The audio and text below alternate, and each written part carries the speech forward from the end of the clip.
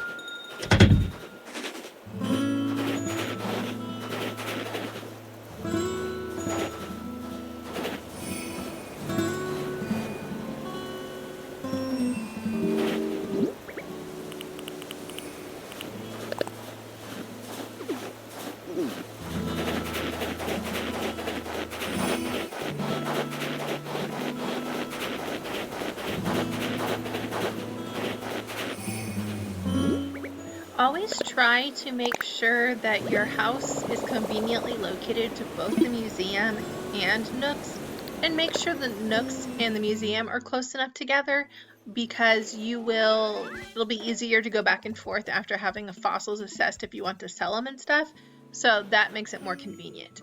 Thank you for watching my video. I hope you have a peaceful day, and please like and subscribe.